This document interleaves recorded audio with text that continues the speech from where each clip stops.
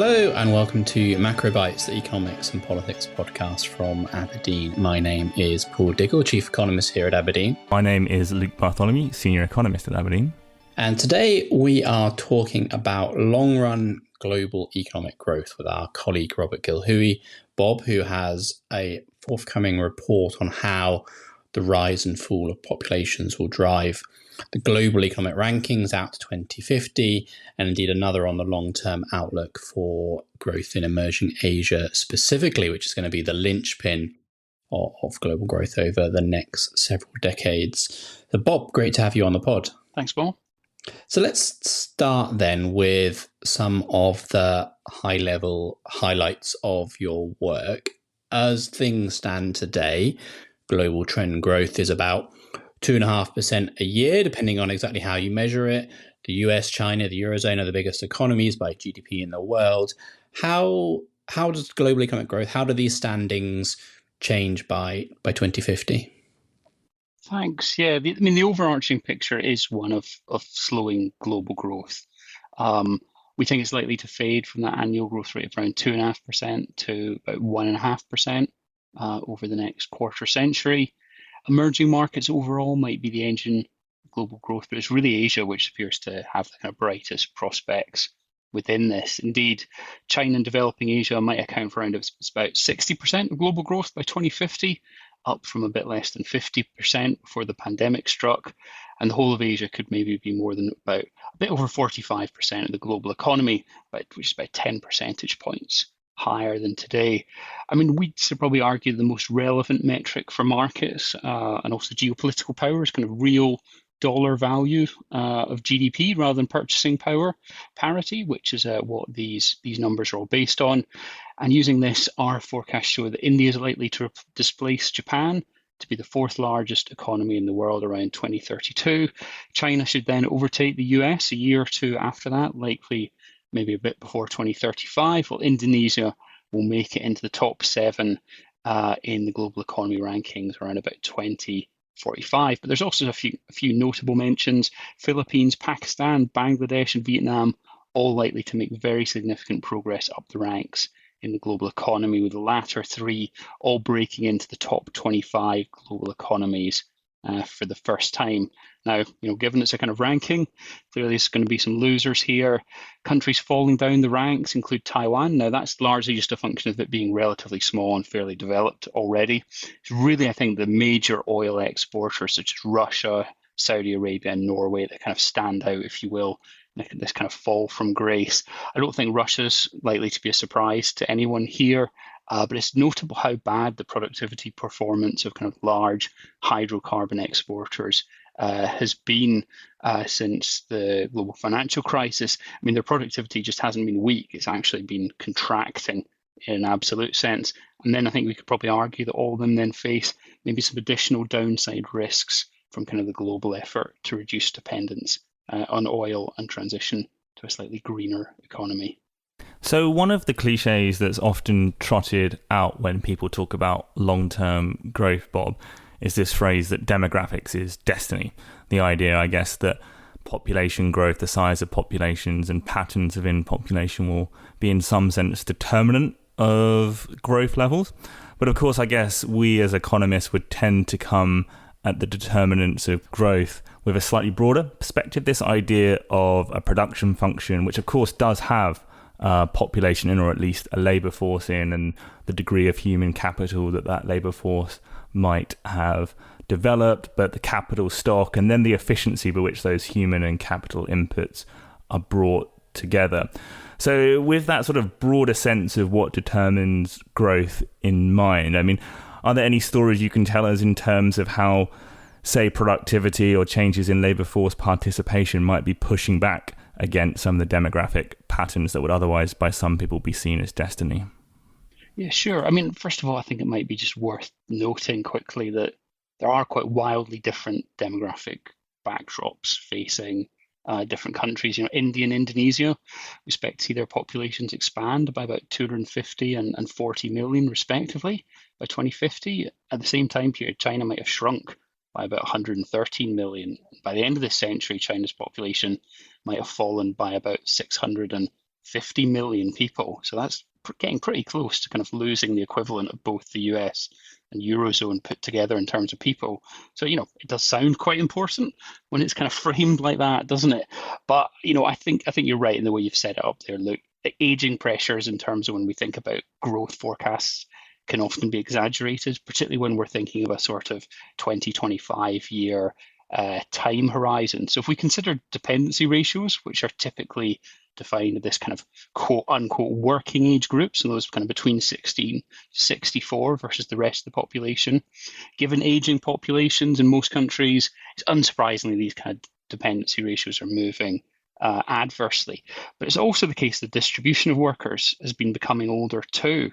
In younger age groups, employment rates have been falling as a higher education has become more of the norm, and that's true in both developed markets and emerging markets. So that's been pushing down participation rates of those younger age groups.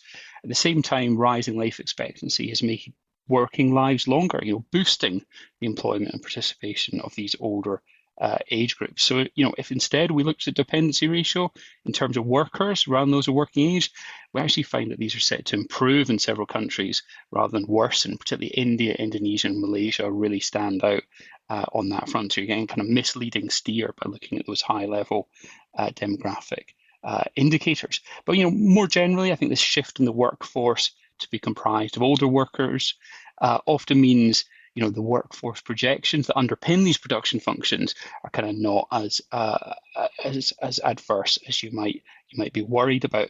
Even in countries such as China and Thailand, who face unambiguous demographic challenges, we can still kind of find some offset there. Particularly human capital still has room to grow. For many emerging markets, we think we should be able to expect continued gains in both education, skills, and the returns to education and skills crucially. And that will do a lot, I think, to offset a shrinking workforce. So kind of to put simply, I think quality matters just as much as quantity within the labour market when you're thinking about long-run growth. And another way, Bob, that the demographic picture is made more complicated in terms of how it ultimately impacts growth is by changes in migration patterns, which can offset, in some cases, demographic aging. So to what extent is that a boon or a drag on different parts of the global economy? Yeah, I mean, to a large extent, migration is basically a kind of zero-sum game when we're thinking about populations and country growth. Open border countries, I'd loosely term them, such as those, within the European Union, where you have that obviously legal right to move. I think they are the kind of potential for migration flows to surprise are probably the highest. They're most difficult to pin down. It is the case that within the UN population projections, they do make assumptions about migration, but clearly I think for within some countries within the European Union, that's kind of more uncertain. The broad pattern that we kind of see in the data is one of where basically parts of developed Europe are being effectively kind of propped up by migration at the expense of emerging Europe. So emerging Europe population is expected to fall on average a bit more than kind of 10% by 2050. This helps to kind of keep Germany's population fall to a more modest -6%, whereas it would have been, say, around -10% otherwise. And immigration is actually expected to push France's population to increase marginally, so maybe rising around about 2%. And if there was no migration, it would probably be falling at almost 5% there. Now, of course, Eastern Europe is itself, aging quickly. So there is some risk that demographics here creates a bit of a negative feedback loop.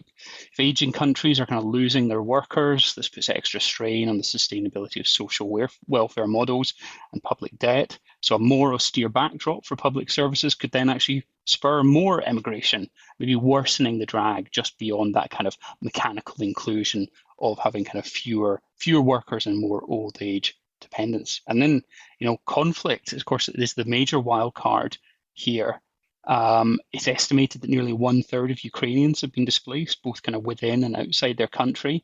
Over about 4 million registered for protection schemes within Europe since the war with Russia began. It's around about 1.5 million now in Poland, Germany hosting around about 900,000. But the refugee kind of situation remains, exceptionally fluid. There's been large numbers of kind of returners to Ukraine, making an assessment of like the long run effects very difficult. Now, within the UN population projections, which we're using as part of our growth work, it assumes that the impact from Ukraine on the working age population effectively peaks around about 2024, but then actually largely unwinds in the following 3 to 4 years. But there's clearly a risk here that prolonged conflict leads to a much more permanent exodus. But I guess propping up kind of developed Europe again on that side. Interestingly, OECD estimates that about 1.2 million Ukrainians will actually join the EU workforce in the long run, primarily working in the service sector. So we just can't really predict those sort of events and kind of how migration flows will unfold. So taking us back, Bob, to this concept of the production function that I was asking about earlier, I guess one idea that's very much associated with that way of thinking about growth, at least when it comes to questions of standards of living and GDP per capita, is of catch-up, that there are some countries at the frontier of production, I guess in this particular case, the developed world and the US in particular, and then there are lots of other countries who, by building out their capital stock, both physical and human, and importing some of the innovations of the cutting-edge countries into their own economies, they can enjoy a sustained period of high growth as they converge and catch up on the frontier. Now, it's turned out in practice to be rather more difficult than that theory would suggest in terms of delivering convergence, and there's been a lot of countries that have been caught in the so-called middle income trap. They've never been able quite to converge to the developed world frontier. So I wondered if you had any thoughts about this sort of convergence versus middle income trap dynamics. And I suppose in particular the question, or the economy that's really pressing in that regard, is China and what its prospects are in terms of convergence. And maybe to put the question in a slightly sloganistic way, I mean, what are the chances that China grows old before it grows rich? Yeah, thanks, Luke. I mean, there's certainly nothing preordained about the ability of emerging markets to become advanced economies and converge with that frontier, as you noted. I think recent history is fairly packed full of examples actually of emerging markets seemingly being on a strong growth path, then hopes kind of only to be dashed. So just to pick one example, after a period of very impressive kind of catch-up growth in the 2000s, Brazil then effectively has kind of gone backwards for a long period, particularly after 2015. So a lot of things matter within this kind of equation that you kind of can't really capture within your production function: institutional quality, strength, corruption, education, health, just to name a few other kind of dynamics. I mean, turning to China there, I mean, we do know for sure China is going to get old, and this opens up a few risks. The one I'd probably focus on here is the risks around real estate. I mean, after all, we know real estate is driving, somewhere between 15 to 25% of the economy, depending on how you measure upstream and downstream linkages. And clearly, you don't need as many houses if your population is falling. So there's a risk here, I think, of this kind of inability to transition to a new growth model, one that's less reliant on real estate investment. I guess the good news, I'll probably couch that as relative good news, is that China's population might be declining with 2022 being the first year of decline. It doesn't necessarily signal a sort of impending collapse in underlying housing demand. Aside from urbanisation, which we still think has some ways to run, China's private housing market really only began in the late 1990s, implying considerable scope remains to upgrade the housing stock. And then it's the demographic shifts that matter just as much as the overall population moves. So considering household formation via 5-year age groups implies there is still a somewhat powerful batting average effect going on. So changing the population composition continues to drive household formation, we think, at a fair pace until about 2035. I think that should be enough to sort of drive around about 4 million or so households being formed each year.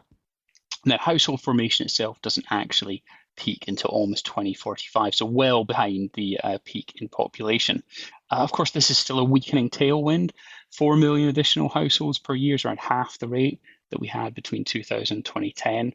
And there's a non-trivial risk of excess inventory needing to be unwound. But I think there's some good news as well. Sectoral reallocation from agriculture to manufacturing and services kind of goes hand in hand with continued urbanization. The share of workers in agriculture looks probably about where you'd expect it to be given China's stage of development. So even if the population has started to decline, it doesn't mean that labour supply has been exhausted. You can still move people from agriculture into manufacturing. And I think this should keep the middle income trap at bay for a while longer. So I think this debate will rage on, but I think the crunch points are still a way off, actually. I want to ask you a bit more, Bob, about urbanization trends then, especially in China and in Asia as a driver of growth, because we did a early podcast actually in our series on the future of cities, deep during COVID, where people were questioning the future growth of cities and urbanization in the developed market economies. That was worrying at the time because agglomeration benefits, packing people together in cities, has this positive externality of raising productivity. So back to the production function, it's a crucial way in which productivity and therefore long run growth increases over time. And of course, urbanization trends have all sorts of other investment implications as well, not least for the demand for urban infrastructure. Across the Asian economies that you've been speaking about then, Bob, how much further does urbanization have to run? Have those easy gains already been used up, or is there still plenty of urbanization still coming down the tracks? Yeah, I think overall it's a bit of a mixed picture, but the tailwind from urbanization is still there. It might be slowing, but it's still a positive driver for Asia overall. And as you said, as they urbanize, this should correspondingly drive still quite a lot of construction activity. Even emerging markets with, say, the kind of relatively unfavorable demographics, they still need more transport, building, and public service infrastructure. Still the case that capital stock per worker is well below that in developed markets. Hence, kind of capital deepening across a wide array of categories, your buildings, your plant and machinery, vehicles, software and ICT, to say nothing of kind of green energy needs. That should offset, or more than offset, in fact, the drag from kind of the capital stock from having fewer workers. I mean, it's also the case that emerging markets tend to have slightly higher depreciation rates than developed markets. Hence, that kind of upgrading and maintenance needs, they still need to be met at a slightly higher pace, all of which suggests, a very substantial flow of investment. In fact, our calculations suggest that 1 out of every $2 spent in global investment is going to be in Asia. And that equates to a fairly staggering $390 trillion in total investment flows out to 2050. That's all in real terms as well.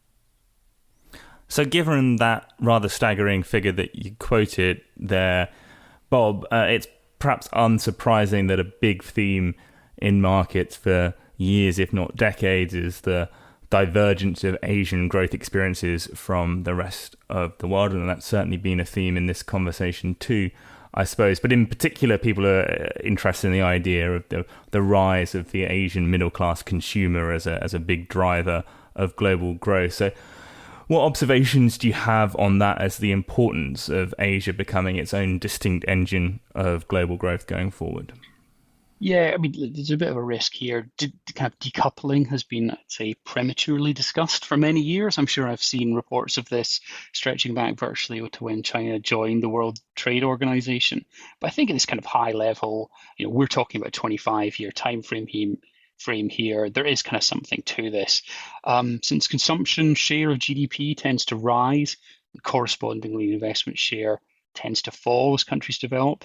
The consumption moves underneath the surface are even bigger than the headline growth numbers that we've been talking about here. So if I took China as an example, current consumption within GDP is around half that the United States if we look at the real dollar figures. And given the lower share of consumption in China, it's going to take a bit longer for China's consumption to overtake America's, but then it's starting from a kind of lower base too. So by 2050, it could be about 10% larger, around about $25 trillion, which is about a threefold rise in China's consumption within GDP. And there's some pretty punchy numbers coming out of the rest of Asia too. So India's consumer market could perhaps grow by a fourfold over the next 30 years. Emerging Asia, we think outside China and India could probably more than double. By comparison, the Euro area consumption is only growing by around about 15 to 20%. So these are some really big moves happening. And as I think those kind of consumption becomes this much larger share, it is going to be natural to think of kind of Asia becoming a bit decoupled, a bit more of a kind of driver in its own right. And then I guess as Asia's middle classes expand alongside incomes, we do think the nature of consumption within this is going to evolve too, increasingly resembling that seen in kind of middle and high income economies. So the share of expenditure on kind of essentials such as food and clothing should be falling. Share of expenditure in housing, healthcare, transport, other items such as personal care should be rising. And this is the backdrop where I think these patterns are going to also be amplified by the demographic shifts. So this kind of emergence of a silver economy as populations age and kind of become a bit older should further boost spending on some of these categories, particularly those like healthcare, and also we think entertainment looks set to emerge too. So I think that is all that we have time for this week. So as ever, please do indulge me as I ask you to like and subscribe to us on your preferred podcast platform. And then all that remains is for me to thank Bob for his excellent contributions and the report that underlies the analysis today, and also to thank you all for listening. So thanks very much, and speak again soon.